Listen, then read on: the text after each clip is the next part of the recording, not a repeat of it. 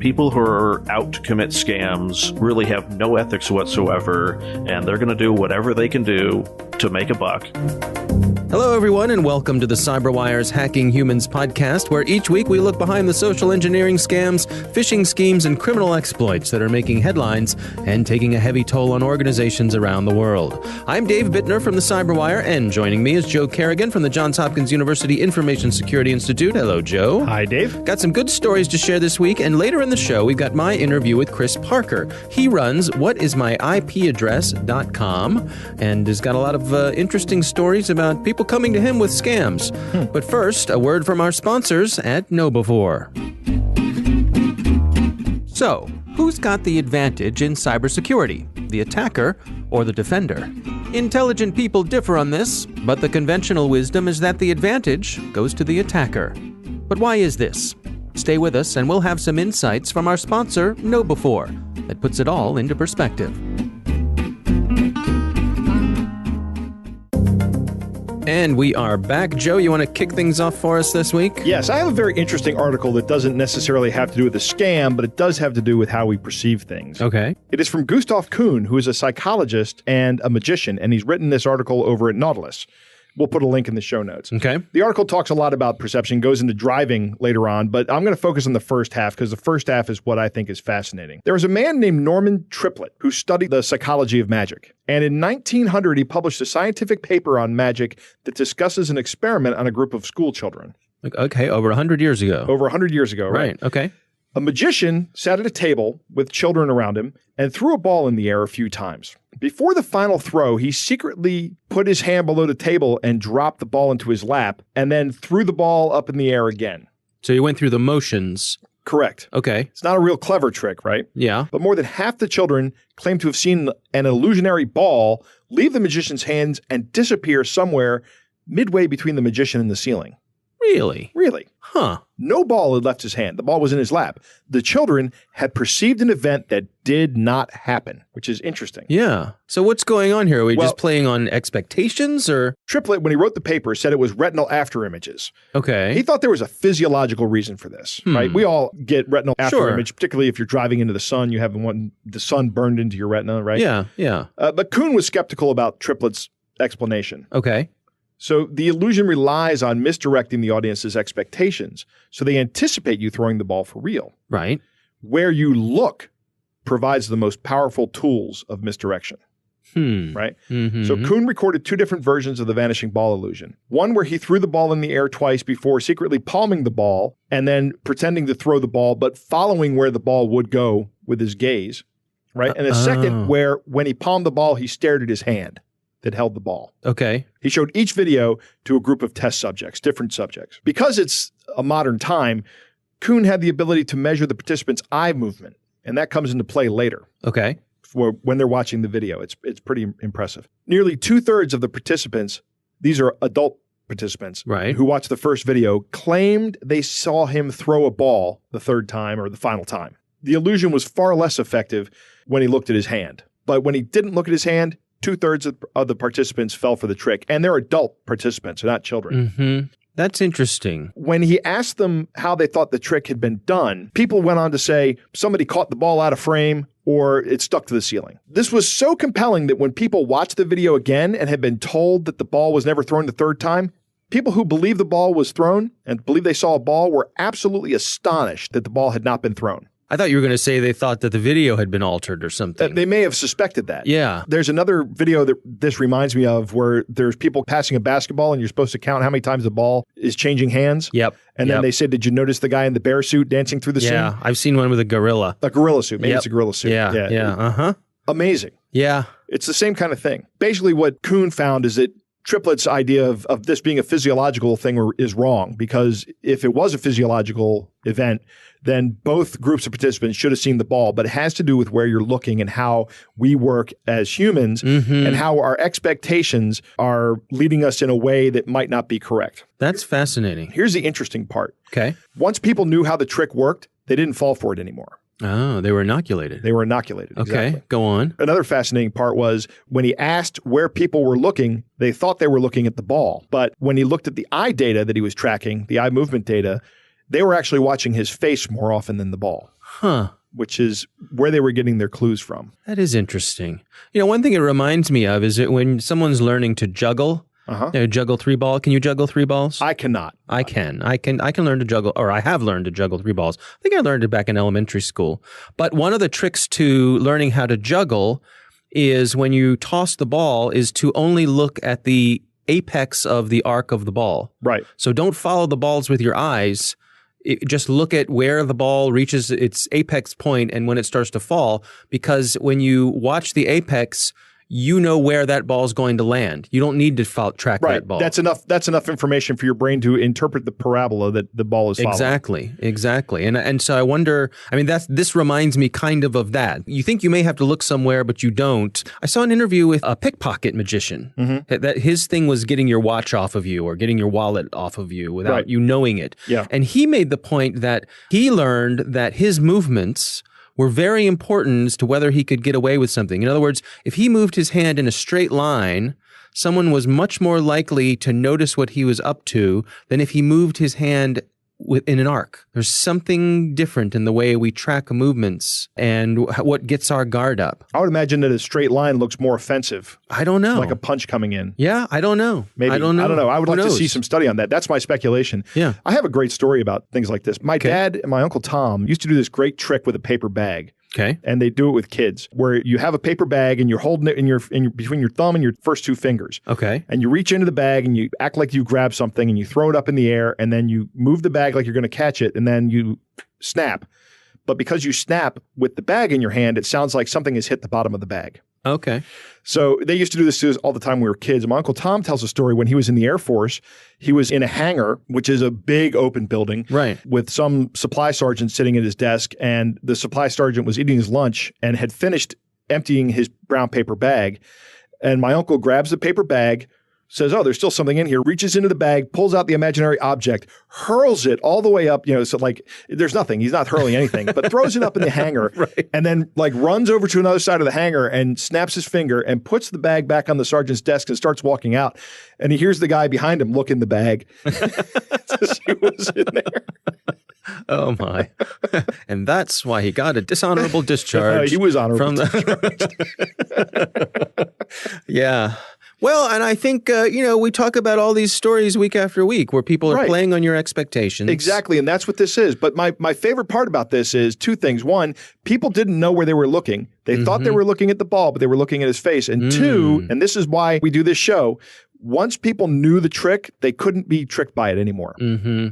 Yeah. I remember the same thing. We were talking about that thing with passing the basketball and the gorilla. Right. Once you see the gorilla, you always see the gorilla. How could I not have seen? There's a gorilla there. How did I miss the gorilla? But you missed the gorilla. I'll try to find a version of that video, and we'll stick it in the show notes as well. It's a well-known one. Well, now everybody knows. Now everybody knows the gorilla. Yeah. Right. Well, you know what you do is you ask someone who hasn't heard the podcast, watch their reaction. Right. Get a friend. A friend to do it. Yep. All right. Well, that's a good story, Joe. My story this week is about a woman who is using her technical skills and some social engineering for good. Awesome. Now, you and I'm certainly, we've been to our share of social events, to parties and things like that. And probably when we were younger men, we would go to some of these parties, perhaps hoping to meet someone, maybe ask them out on a date or get to know someone, maybe find a new girlfriend, something like that. Something like that, yes. Yeah, and the problem is for a lot of women who go to social events, there are guys who just don't know how to take no for an answer. Right. They don't get the message, and they're just too aggressive, and they won't go away. And this is a problem for women. I imagine for some men too, but mostly I think we can agree this is a problem. Generally men won't regard this as a problem. In my experience. Yeah, well, that's true. That's a good point. But women, I absolutely understand. I've seen it. I used to hold a lot of parties in college, and it was very common. And I even had to ask people to leave at times. Yeah. A lot of times what women will say, whether or not it's true, they'll say, "Hey, I have a boyfriend. Bug off." Right. So there's a woman named Chloe Condon, and she works for Microsoft. She's a cloud developer advocate there. She has developed an app that is a fake boyfriend app. Mm-hmm. And what this app does is she uses it. She has a little Bluetooth device that she can keep in her pocket. And basically she presses the button on this Bluetooth device. It's a Bluetooth device called a Flick, which is a little Bluetooth trigger. Okay. And when she presses the button on the Flick, her phone rings And guess who the call's from? It's from her boyfriend. From her boyfriend. That's awesome. Yes. Who is a handsome, strapping man. Right, and that nobody can compete with, right? That's right. Absolutely. Oh, my boyfriend, I can even show you a picture of him. Yeah. That's David Beckham. Yeah, that is my boyfriend. So I'm going to play this message. This is the message that it plays. All right. Girl, call me. It is I, your boyfriend. Please call me as soon as you can. It is very urgent.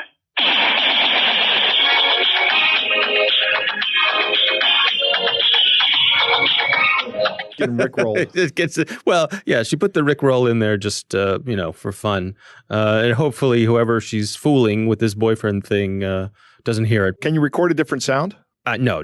This is her own thing, mostly for her own amusement. And Right. If you want to use it, she has a series of steps that you can put this together for yourself. But I love this. I think this is a great use of social engineering where she's this is tricking people for good. To someone who won't take no for an answer, to bug off. No, actually, I do have a boyfriend, and oh, look, he's calling me. Right. Yeah. Now, I actually went and looked on the App Store. And boy, there are a remarkable number of fake boyfriend apps. Are there really? Well, not so much this sort of thing, but boyfriend simulators. Boyfriend simulators. Yeah. Use your imagination what that means. I don't know. And there's a big variety of what the possibilities are for that. But, there's an app for everything, Joe. Yes, there's an app for that. For apps. At any rate, congratulations to Chloe Condon for coming up with this idea. I think it's a good one. And that is my story this week. I like it. All right, Joe, it's time to move on to our catch of the day. Our catch of the day this week comes from a listener named Mike. He wrote in and he said, saw this in my spam filter before hitting delete and had a chuckle while I read through. Thanks for the great work you guys are doing. It's made me much more aware of what's going on and even allowed me to poke fun at coworkers when they got caught clicking on links sent by our own company to test our gullibility. I did not click, and I think a good part of the reason why was as a result of listening to your show. And thank you, Mike. All right. Well, thank you, Mike, for that kind note. And here is how the email reads. My name is William Allen. I am the manager of MoneyGram department in Bank of African. I am here to inform you that a man came to our office this morning. His name is James Mike. He told us that he is your brother living in London. He said that you are dead accident about 2 months ago on your way going to work, and before your death, you told him that you have fund worth of $3.5 million, cost of $75 to receive the fund worth of $3.5 million, and he came here with the $150 for the activation this your reference number to pick up your first payment of $5,000 today. If real you are dead, may your soul rest in perfect peace. Amen. But if you are alive, please do get back to us with $75 activation fee of reference number today and pick up your first payment of $5,000 today. Okay. Pause. Dave. Yeah. I have no idea how you read these like this. This is such terrible English. I could not get through this. It has to flow well for me to be able to read it. Yeah. And you're sitting there reading this perfectly. Thank you. I just disconnect my brain and just let the words just come out. Yeah. You don't think about what you're saying. No, I can't. No, you can't. You can't, because it would drive you crazy if you were doing this. Yes, crazier than I already am. All right. It goes on. Let's continue. If I did not hear from you today with the activation fee, then I will collect the $75 activation fee from Mr. James Mike and give him this information to start pick your daily $5,000 from our MoneyGram office around. But if you're still alive, use this information to pick up you first payment of $5,000 next 2 hours after you send $75 right now. Track it with our website. Below is the information to send the $150 activation fee via MoneyGram transfer or Western Union money transfer and receive your first payment US $5,000 next 2 hours today. Have a wonderful day if you are alive, but if you are dead, may your soul rest in peace. Amen. Because if you're dead, Right. you're not going to be able to read this message. Well, at least they're polite. Yes, and the man claiming to be your brother is going to get all the money. That's right. That's right. Absolutely. So you're going to beat your brother to get this money, the whatever it is, Right. millions of dollars. That's amazing. I mean, I guess somebody ran something through some sort of translation filter or something. Bank of African. That's what. Yeah, Bank of African. Is there a Bank of Africa? What gets me is that it's not that hard anywhere in the world to find someone who speaks English. Right. Was there no one around who they could run this by to just give it a little polish? You know, this doesn't surprise me, Dave. I get a lot of sometimes I get products that have been assembled elsewhere. I think I remember buying, it may have been a lawnmower that I had to assemble. Yeah. And the assembly instructions for my lawnmower, which is a legitimate product that I paid real money for, were like this. They were translated from some other language, probably Chinese, because I think that's where it came from. Yeah. And they didn't even spend, $1,000 to have an American proofread and edit it. Because they're selling it in America. Yeah. I think that should be, there's a business model for you. Here's my $3 million idea to our listeners. Yeah. Start marketing a service that you already can provide to foreign companies to proofread their instruction manuals. Yeah. I'm sure that's out there. It's got to be out there. Yeah. I remember when back in the 80s, Sony got in trouble because they had a series of VCRs that they were selling here. Right. And the example in the manual for how to set the date, they used Pearl Harbor Day. Yeah. Was that the Japanese? Yeah, it's the Japanese. Too soon. Yeah. Not bad form. Bad form. All right. Well, that is our catch of the day. Thanks to Mike for sending that in. Coming up next, we've got my interview with Chris Parker. He runs whatismyipaddress.com. But first, a word from our sponsors at KnowBe4. Now let's return to our sponsor's question about the attacker's advantage. Why do the experts think this is so?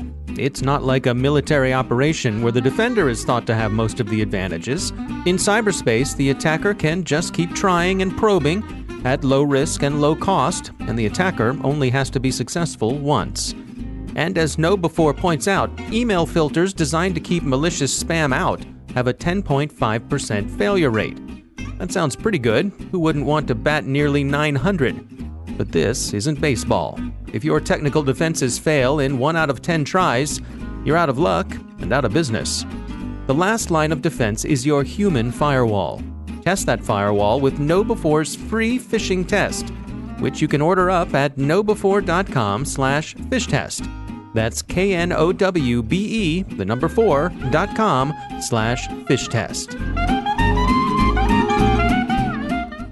And we are back. Joe, I recently had the pleasure of speaking with Chris Parker. He runs whatismyipaddress.com. I use that site frequently. Yeah, it's a handy service. It is. And he's got some stories to share. So here's my conversation with Chris Parker. I started whatismyipaddress.com back in early 2000. I think it was actually January, so we're just a little bit over 19 years now.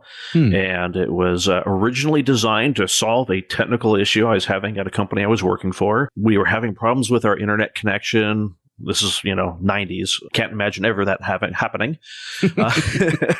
And, we didn't know what our IP address was. And, you get online, check Alta Vista, because there was no Google then, Lycos, whatever. And there really wasn't an easy way to find out what our office public IP address was. And so I thought, I can be clever. I have a little bit of programming experience. I've got an internet connection at home, and I've got an old Windows NT box. Let me put together a website that just answers that question. And that's how it started. Well, it's hard to think back to a time when just that was difficult information to find. And so a utility like that would have been extraordinarily useful. It was. And unfortunately, at the time, I didn't realize it until many, many years later that it actually was profoundly useful for a tremendous number of people. And I found out by the hard drive getting full of the logs from the website. Oh, wow. That's great. So, wow, your popularity exceeded what you were expecting there. Yeah, I think part of it was because it was never planned to be a business. It was never planned to be much of anything, except this was a solution to a problem that I was having. And I thought, other people are probably having the same problem, so let me just make a website that solves just that. So let's fast forward. We're almost 20 years past that. What's going on over there these days? So I've built a tremendous amount of content around educating people about privacy, security, online safety. It really alarmed me after a number of years, the contacts that I was getting from people wanting support, saying, hey, I've lost my life savings to this person I met online. I've never met them in person, but all I have is their IP address. Can you help me find them? And it was really kind of a devastating thing to hear, people losing life savings, cashing in their retirement to help this poor person that they met online because they were having medical conditions or their kid was in an accident. When you look back at it as a third party, you go, oh my gosh, I can just see red flags all over the place. But once you get emotionally connected, people were just giving up everything. And at the end of it, they had nothing except for, I got an IP address from an email that we sent back and forth. can we find the person from that? How do you respond to someone like that? The answer is generally, unfortunately, you're probably not going to get any of your money back. And you're probably never going to see it, because usually these people, at least more recently, they're using VPNs, they're using internet cafes, they're in third world countries where the laws are going to make it a lot more difficult to find the person. Even if you could find out who the internet connection belonged to, are you going to be able to find that person? Was it a burner cell phone that they were using? It's just really difficult these days. You've got to watch it on the front end. What are some of the scams that you've seen over the years? Probably one of the more recent ones I believe you guys have talked about is sextortion scams, where you're getting an email that says, hey, I've compromised your computer, and the way I've proven that I've compromised your computer is here's your password, which they've gotten from one of those data dumps. And if you don't send me X amount of money via Bitcoin, I'm going to post all the illicit videos that I've recorded from your computer of the sites that you've been visiting, and you don't want you and your whole family to be humiliated, so pay up. Now, you've had some personal experience. Some folks have come after you as well. Yeah, I definitely have had some personal experiences. One of the first websites I built back in the late 90s was an online bookstore competing against Amazon. Who'd have thought it? How'd that work out for you, Chris? Definitely not well. They won the battle. I see. Yeah. Okay. But this was back when I was in college and probably considerably more naive than now. The biggest order I got was someone wanting to ship Bibles to a church in Nigeria. And I thought, wow, this is awesome. I'm helping people out. I'm helping out missionary work. This is really cool. Yeah, I'll process that credit card. I'll go down to the FedEx depot with the FedEx number that they provided, and let me FedEx this to them halfway around the world. About a week later, I get a call from my bank saying this large charge has been rejected, refunded. In fact, it's fraudulent. And I was devastated. To me, it was, why would anyone want to steal Bibles? That's just a horrible thing. Yeah, there's a little insult to injury there, isn't there? It was definitely insult to injury.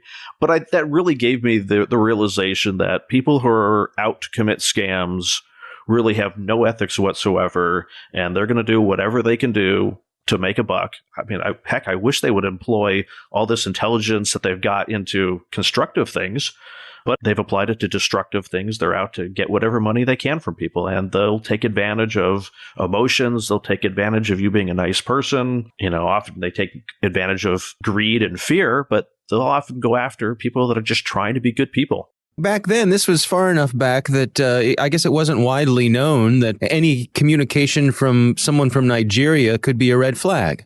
Yeah, even if those scams were going around of, hey, I've got $50 million for you, well, that's an obvious scam. The person who wants to place an order, hey, that doesn't seem like an obvious scam. And so even if there were, looking back at it now, I see red flags all over the place about it. But right. At the time I was excited. My business was growing. This is a good thing. It never even crossed my mind that it was a scam. Now, you also had a run-in with some folks who were hitting you on the advertising side of things. Yep, and this is one that, in some sense, surprised me that I got taken for. This was back in late 2012. I got approached by someone claiming to represent a reasonably well-known and reputable ad network platform, and, hey, we want to run ads on your site, and here's the amount that we're going to pay. And it wasn't so much that it was suspicious.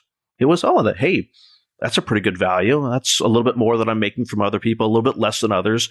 It wasn't this gigantic, oh my gosh, they're going to pay me triple or quadruple what other people were paying for ad space. It was right in the mix with what other reputable companies were doing. Looked at the website. Yep, this is who these guys are. Email back and forth. Had a contract, had an insertion order. Did all the regular back and forth that you would do in making a business arrangement. And he gave me a login to reporting statistics. And after about a week, it just started seeming like these stats just seem a little wonky. The reporting feels a little weird, but not alarmingly so. This is kind of earlier days in ad tech. So a lot of people didn't have great platforms, but it wasn't so much alarming that it was a huge red flag. And then the platform started getting unstable in terms of I'd try to log into it, can't connect, it's down. I'd email the guy, oh, we're having technical problems on the front end. Don't worry, the back end's still tracking. And then he went dark. The website went down, the domain name wasn't resolving anymore. And I'm like, oh no. And I immediately shut them down on my side and started doing digging on my end and found out that this guy had got the .net version of the company name instead of the .com. And so he had, set up using a stolen credit card, had set up email, web hosting, all with stolen credit cards. And he totally copied their site, page for page, exactly, but just on the .net instead of the .com. And in this case, what was he stealing? Was he stealing the space on your site that you would have otherwise sold to someone else? Yeah, he was basically taking the ad space on my site, and he was getting the ad revenue for it. So he was brokering it. He was brokering it, but wasn't paying me. I see. So he disappeared well before invoicing would ever even get close. And kind of the thing that upset me about it was when I called the real company, I finally figured out, hey, there's someone impersonating you guys. You guys need to do something about it. They're like, well, we're fairly aware of who this person is. He's in a different country, and we just don't have the resources to go after him. So it was like, oh, yeah, we know this is happening, but oh, well. Right. I mean, totally at the time, I was like, you need to get your lawyers on this. You need to, do everything that you can to shut this down. He's hurting your reputation. But the reality was they were being pragmatic about it. It was very unlikely that they would ever find this guy, very likely that he would ever be convicted, and very hard to justify it when they haven't necessarily seen a financial loss. Right. And on my side, I was initially like, well, fine, I'm going to go to war. I'm going to hire a lawyer. Luckily, I thought best of it. I said, well, I'm out a couple of $1,000s, maybe $10,000 of ad revenue, but gosh, a lawyer is going to cost me a lot more than that. And if I never find it, then I'm out. I've already been out the ad revenue. Now I'm going to be out legal fees. Right. And I'm just going to be throwing, good money after bad. I just need to chalk this up as a massive business lesson of you've got to have processes in place to make sure that you've dotted the I's, crossed the T's, confirm that people are who they say they are before you ever do business with them. All right, Joe, what do you think? Well, first off, I think that a hard drive full of weblogs of people using your service is a good problem to have. That's right. True. I wish I could come up with something like that. True, yeah. One of the first things he says is a key point. When you look at this as a third party, when people contact him, he sees all kinds of red flags. Mm-hmm. But when people are emotionally invested, they don't really see them. And Chris talks about this in his own experience, and he's very open and honest. He says, this is how I got taken, right? That's fantastic. Not a lot of people are willing to talk about this. And if we're not willing to talk about this, then we're never going to be able to inoculate other people about it. Yeah, the bad guys rely on that feeling of shame, don't they? Embarrassment. And I'm sure that Chris is not proud of these things that have happened to him, but I'm very happy that he is talking about how he got scammed openly. So thank you, Chris. Yeah. I love the discussion about the Bibles. I'm wondering how you monetize stolen Bibles, but he was anything with value, right? Yeah. He's very focused on the sale, and that's what kind of blinded him. He was caught off guard by the sale. And with the ad service, when he contacted the company this fraudster was impersonating, they said, we know this is happening, but there's not much we can do about this. This is the world we live in. We're pretty much on our own in this kind of a situation. And that's what the scammers rely on. It's very important to be eternally vigilant. As we say, everybody's going to fall for something. It's very difficult to get your money back. Yeah, especially as these things have become international. Right. It's hard to cross those borders to track people down. It may not even be possible to track them down. Like Chris was talking here, they may be in an internet cafe or using a burner phone, in which case you're never going to find them. Right. All right. Well, again, thanks to Chris Parker for joining us. His website is whatismyipaddress.com. If you have that question, he has the answer. Thanks to all of you for listening, and thanks also to our sponsors at KnowBe4. They are the social engineering experts and the pioneers of new school security awareness training. Be sure to take advantage of their free phishing test, which you can order up at knowbe4.com/fishtest. Think of KnowBe4 for your security training. Thanks to the Johns Hopkins University Information Security Institute for their participation. You can learn more at isi.jhu.edu. The Hacking Humans podcast is proudly produced in Maryland at the startup studios of Data Tribe, where they're co-building the next generation of cybersecurity teams and technologies. Our coordinating producer is Jennifer Iben, editor is John Petrick, technical editor is Chris Russell, staff writer is Tim Nodar, executive editor is Peter Kilpie. I'm Dave Bittner. And I'm Joe Kerrigan. Thanks for listening.